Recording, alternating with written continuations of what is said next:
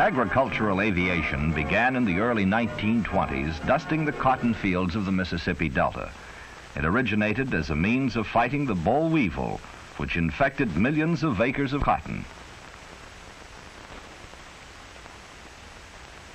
Among the first of the aerial dusters were the Delta Puffers. The Puffers were an early airplane built by Huff DeLand and designed specifically for dusting work. They take their place today among the aviation pioneers. It was planes like the Puffers that inaugurated a new industry, agricultural aviation. Behind the new industry, however, and giving it the foundation upon which to build, was agricultural research. The U.S. Department of Agriculture evaluates new agricultural chemicals. The chemical preparations are used to kill insects and to change the growth of plants. The chemical industry supplies the USDA and also the Food and Drug Administration with samples of their products for evaluation.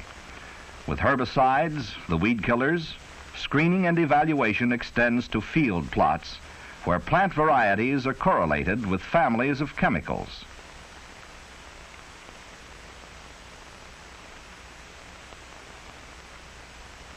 Aerial application of agricultural chemicals is approaching 50 million acres annually.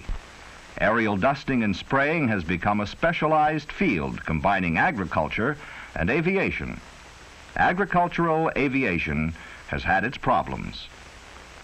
Lack of control in spraying has been largely overcome by experience. The weight of pre-war insecticides was overcome by research and an era of new agricultural chemicals.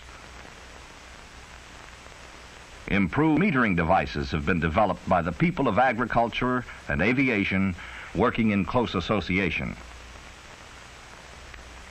Work has been done by agricultural colleges, by USDA experiment stations, by general aviation, and the chemical industry. Field procedures for the measurement of distributed chemicals have been established.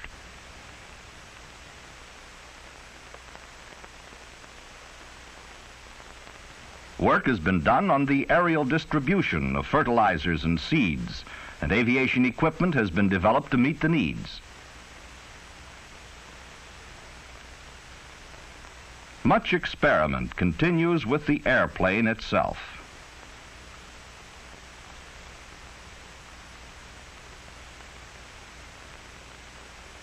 Cotton is one of our principal crops.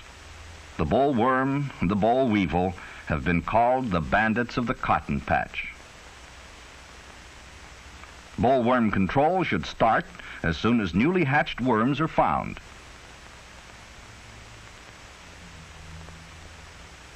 The worst enemy of the boll weevil is good farming practices.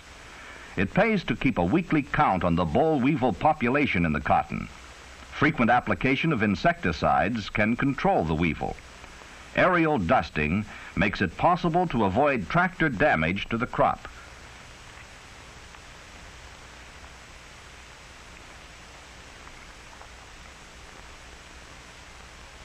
Picking time means pounds per acre, the result of correct planting, fertilizing, cultivation, and insect control.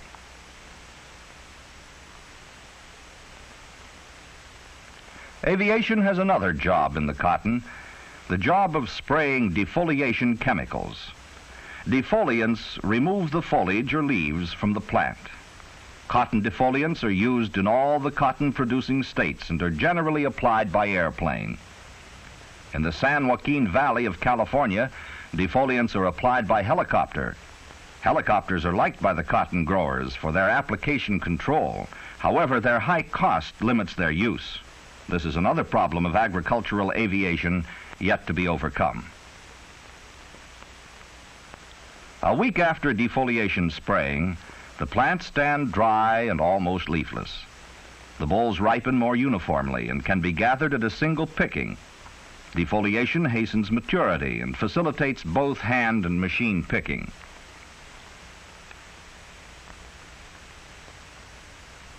Defoliation may be necessary in order to enable a mechanical picker to proceed through a field of rank and matted cotton.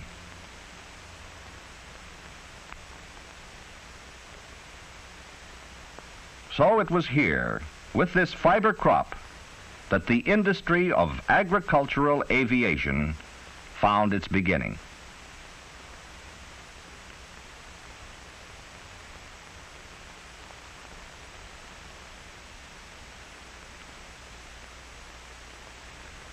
In the Northwest, agricultural aviation is valuable to the fruit industry. In particular is the apple grower's problem of windfall damage and normal pre-harvest drop. The fallen apples are bruised. Now, a plant regulator spray retards the growth of the abscission layer on the stem, and the ripe apple remains firm to the tree. In this work, the helicopter has proven practical. In an average year, the saving of 3 apples on each tree pays for helicopter and chemicals. The application may save up to 40% of the crop, depending upon conditions.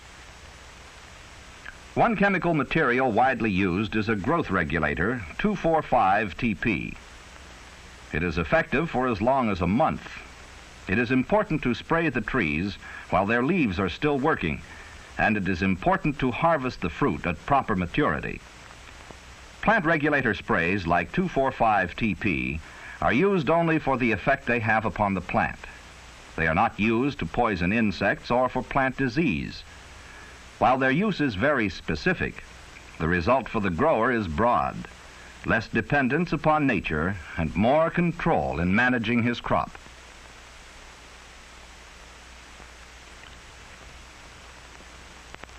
The success of DDT on the farm was a principal factor in establishing insect control aviation.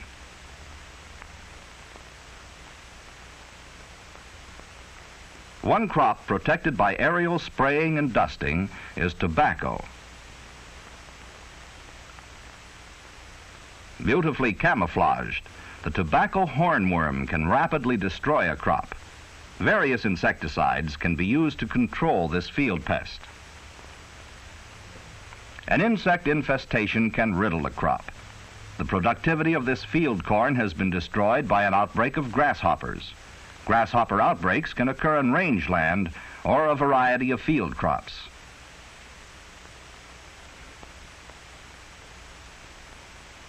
This is insect damage to a tobacco leaf. Insect enemies can be controlled by the aerial application of insecticides.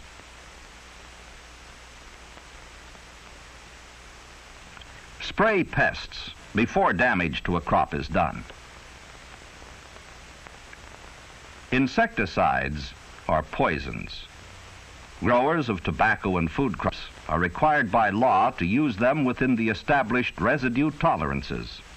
Field tobacco, for example, is not sprayed with parathion within 15 days of cutting. Most insecticides kill warm bloods and cold bloods alike.